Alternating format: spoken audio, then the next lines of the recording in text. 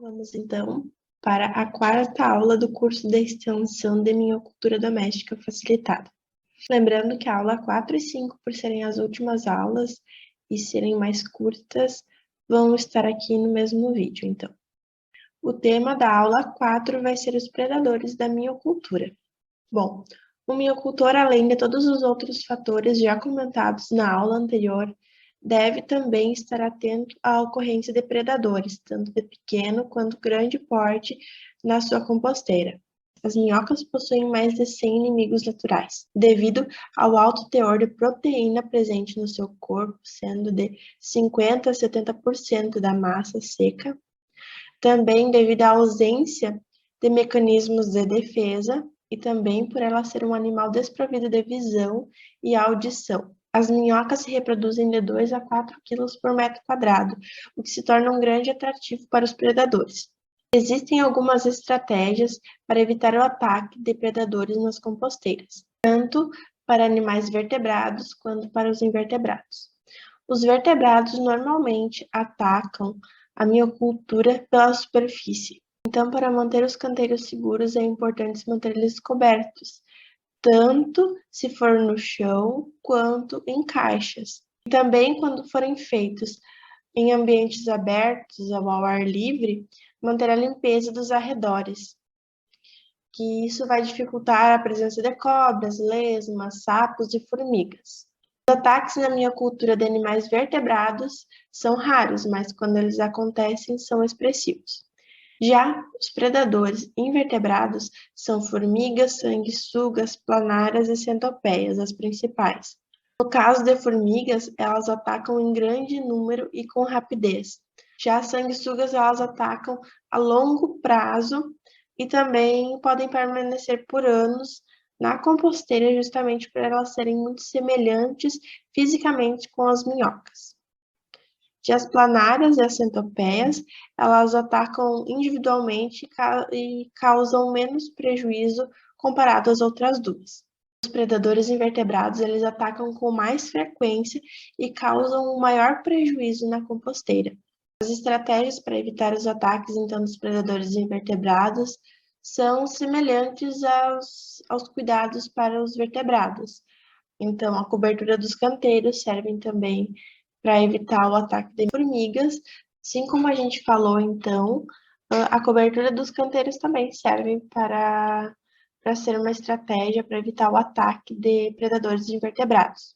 Já no caso das sanguessugas, que são um dos maiores predadores das minhocas, uma camada de cal, calcário ou cinza evita a presença de sanguessuga, pois ela corrige o pH, pois as sanguessugas elas podem aparecer caso o pH da compostagem esteja muito ácido. Além disso, sempre que possível, deve-se evitar a mistura de espécies diferentes de minhocas, mantendo os índices de reprodução e a uniformidade no processo de produção do humus.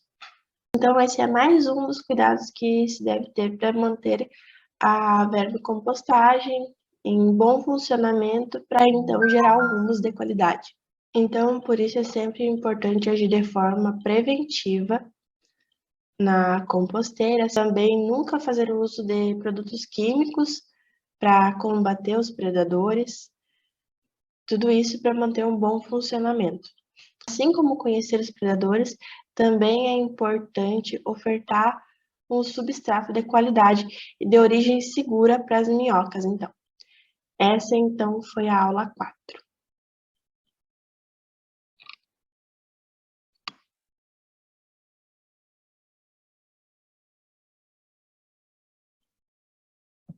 Vamos, então, para a quinta e última aula do curso de extensão sobre minhocultura doméstica de forma facilitada.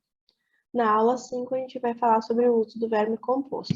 Então, a compostagem com minhocas gera dois fertilizantes. Um é o verme composto sólido, gerado pelo substrato, que é processado pelas minhocas, e o outro é o biofertilizante, que é gerado pela parte líquida da matéria orgânica que foi decomposta.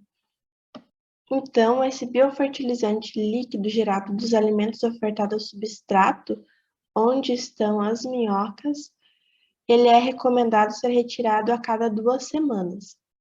Ele possui alta carga nutritiva e é muito ácido, assim como a gente falou nas aulas anteriores. Por isso, ele deve ser retirado com uma maior frequência para não ficar em excesso e não prejudicar a reprodução das minhocas no meio dos quais estão inseridas, então, que é o substrato. Para ele ser, então, um fertilizante muito forte, é necessário fazer a diluição dele para ser usado. O indicado é fazer o uso de uma parte de biofertilizante para 10 de água. E após ele ser diluído, é só aplicar nas plantas, então, com auxílio do regador, ou então ele pode ser usado como adubo foliar. Já sobre o composto sólido, pela própria natureza, a composição química do humus da minhoca é muito variável. Por ser um material com elevada carga microbiológica, sua forma de uso não pode ser a mesma dos adubos minerais. Portanto, recomenda-se, como a gente falou nas aulas anteriores, que o humus que foi colhido da caixa ou do canteiro passe pela fase de estabilização, que é onde ele fica armazenado no mínimo 3 meses até ele estar pronto para uso. Aqui, então, a gente tem uma tabela com a recomendação da aplicação do humus. Então, ele ser usado para cada tipo de cultura, na forma que ele vai ser usado, tanto para plantio quanto para cobertura, e de quanto em quanto tempo. Aqui tem tudo bem explicadinho, então. E seria interessante vocês tirarem print ou guardarem essa tabela, né, os dados dessa tabela, para quando vocês forem fazer o uso do humus que a composteira de vocês produz, então. Sobre o humus, ainda na forma sólida, ele é possível ser aplicado de forma líquida. Esta forma pode ser empregada quando se pretende realizar uma fertirrigação ou pulverização foliar, como foi falado anteriormente, e até mesmo para evitar a disseminação de sementes invasoras que porventura vieram no esterco que foi processado pelas minhocas. Para fazer o preparo do humus líquido, assim como do biofertilizante, usa-se a proporção de 1 para 10 também, onde 1 kg de humus é misturado em 10 litros de água. A concentração do uso do humus pode variar, mas em geral não se usa mais que 2 partes de humus para 10 partes de água. O humus pode ser misturado em contato direto com a água dentro do recipiente, desde que a solução seja agitada de forma vigorosa para que todo sólido se dissolva. Então, após o humus líquido ser preparado, ele deve evitar ficar exposto ao sol até o momento que ele for usado. Então, essa foi a aula 5, a última aula do curso de extensão, onde a gente falou sobre o uso do humus, tanto na forma líquida quanto na forma sólida do biofertilizante que é gerado na composteira, seguindo, né, a lógica do processo da compostagem, que a gente trabalhou desde o início, o objetivo de criação, as vantagens, o processo e as condições da compostagem, a coleta, os predadores e então o uso.